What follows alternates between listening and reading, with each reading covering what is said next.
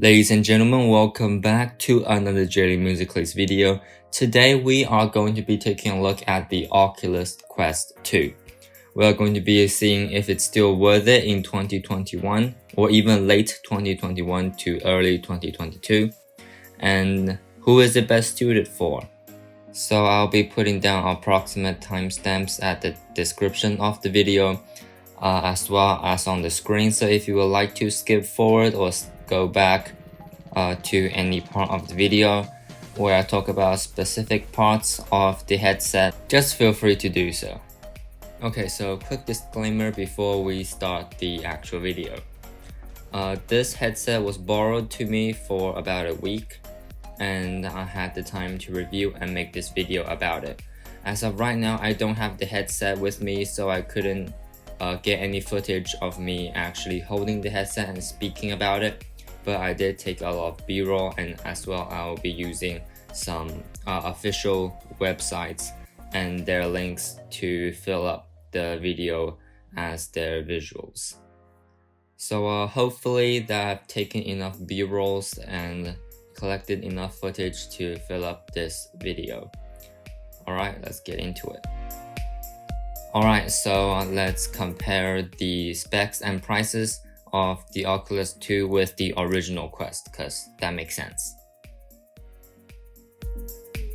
So the original Oculus Quest uses a Snapdragon 835 processor compared to the Oculus Quest 2's newer Snapdragon XR2, which is actually specifically made for VR. So you can expect it to be a lot higher performance than the Snapdragon 835, which is very outdated. Now on the RAM, we also have 6GB on the Oculus Quest 2 and 4GB on the original Oculus, as well as the 90Hz display refresh rate and the 72Hz display refresh rate on the original Oculus. Next, we have the LCD pixel per eye, so 1832 by 1920 for the Oculus Quest 2 and 1440 by 1600 for the original Quest.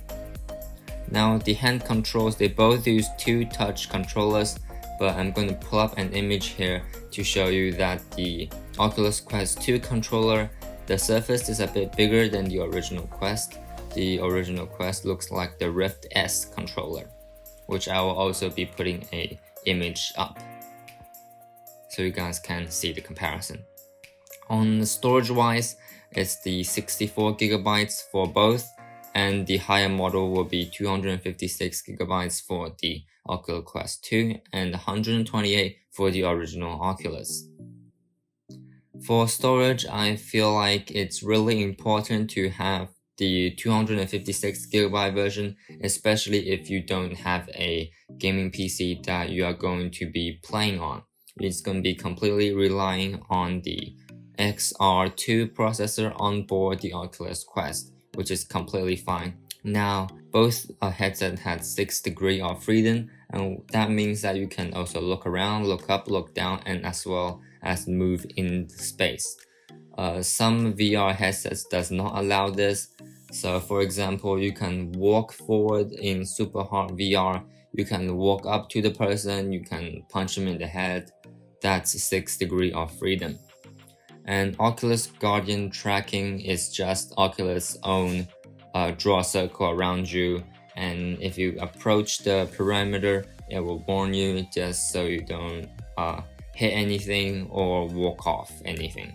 It's quite accurate because there's 4 cameras on the Oculus, so it's a very reliable system. You can shake your head a lot and it will still track perfectly against the ground. It uses like the couches, the tables, the legs of the table, any significant contrasting points to track the headset inside of your room. Alright, Oculus Link support. That is connecting the USB Type-C port to your computer, and you can play PC VR games through there. So both has that.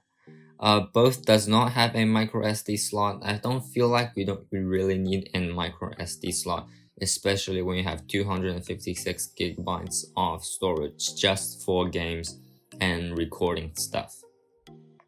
It's not like your phone where you have to save a lot of other documents, files, pictures, videos. This is solely for games. 256 gigabytes of games is definitely enough for anyone.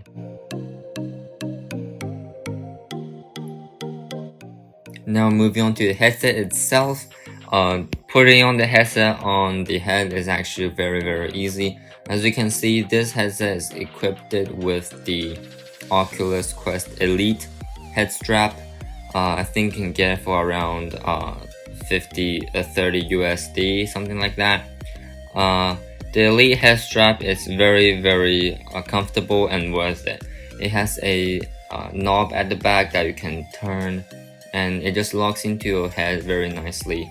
And the strap on top also helps to distribute all the weight on the top of your head, not the back or the front. It also helps when you're shaking your head, it does not move in front of your head as much, even though you can still feel the momentum of half a kilogram of technology. But it does definitely help out, and if you have the extra money to spend, I definitely recommend it. For the ports on the headset, there is a USB-C port and a 3.5mm headphone jack if you want to use your own speakers or headset, as in headphones. But if you don't want to do that, there's also onboard speakers built into the headset, which is always a bonus for any entry-level gamers. Now, the lenses, they are in a stacked formation, which means that you have to get your IPS measured and adjusted inside the headset for the best experiences. The IPS is basically the center of your pupil to the other eye center of the pupil. There's 3 settings on the Oculus Quest 2. And basically Facebook says it suits 95% of everyone they've tested, so it should work for you. And if the IPS rating does not completely suit you, just go for the nearest one in millimeters. I think the increments are 63, 65, and 67.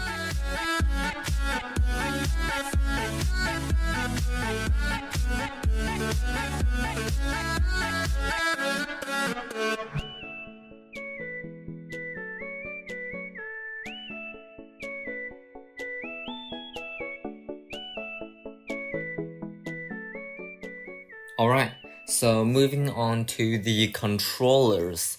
There's obviously 2 of them on both hands, and they are battery powered. They are not rechargeable unlike the headset. And forgot to mention that the headset gets about 2 to 2.5 hours of battery life.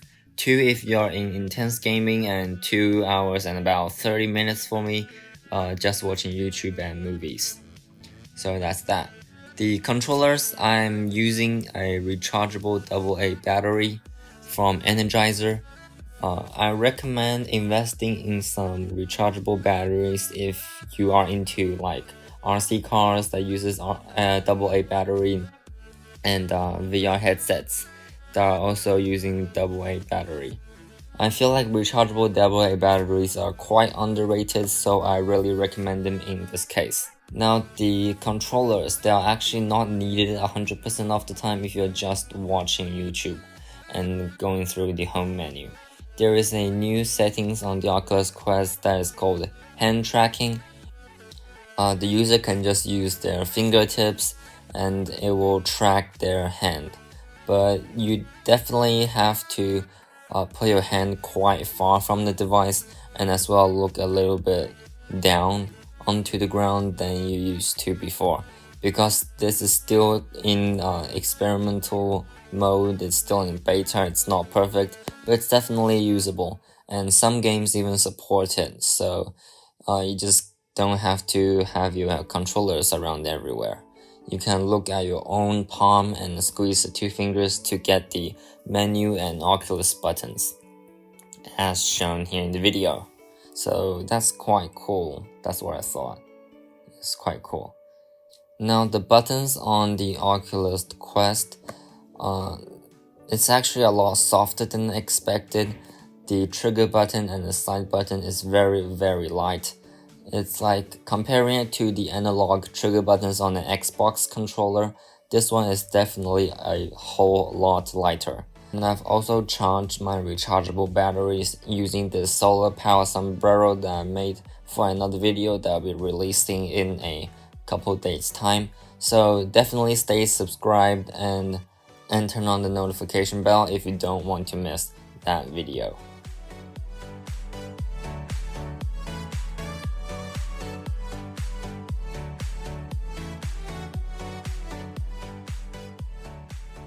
Okay, so let's move on to the last bit of our review here. The thing I want to talk about here is, I'll just call it the extra/maintenance. So for maintenance part, I just basically got some alcohol and wiped down the plastic part of the Elite head strap. Even though it's quite soft underneath, there is a plastic film on top, so you can just easily wipe that off with some cloth. And Oculus recommended to use their microfiber cloth to clean the lenses, but I just used my own glasses microfiber cloth and cleaned that off. And for the other maintenance part, it's just basically just store it away from the sun, otherwise you might damage the LCD display, and just keeping it clean. The last thing I want to address here is that you need a really good standing Facebook account to be able to use the Oculus Quest 2, and that is a mandatory requirement by Facebook, that you have to sign to your Facebook account when using the Oculus Quest 2. Now, many people might not feel comfortable doing that. If that's you, maybe consider other options of VR headsets, but you do need to sign into your Facebook account and link it to your Oculus Quest in order to use it. Now, this is only on the Oculus Quest 2 that I've used. So Facebook will link all your friends together, all your group chats, everything like that.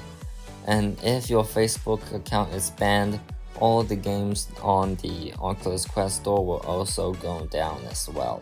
So really have to be careful when you're using your Facebook account, because nowadays people put their credit card info on there, they link a lot of games on there, they have the Oculus Quest on there. A lot of things are linked through your Facebook account, and if you don't have one, or if you don't feel like signing in to Facebook, maybe go for other headsets out there. So in conclusion, for its low entry price, the Oculus Quest 2 is perfect for smaller children and even adults who doesn't own a powerful gaming computer and only wants to exercise and play simple FPS shooter games. However, the user could use the said tethered connection to their PC if they would like to try out any PC games that's available on Steam, since its higher graphics quality and higher frame rate will make the VR experience even more enjoyable. So thanks for watching, guys. If you liked this video, remember to drop a like, and if you loved it, hit the subscribe button down below. And I'll hopefully see you guys next time.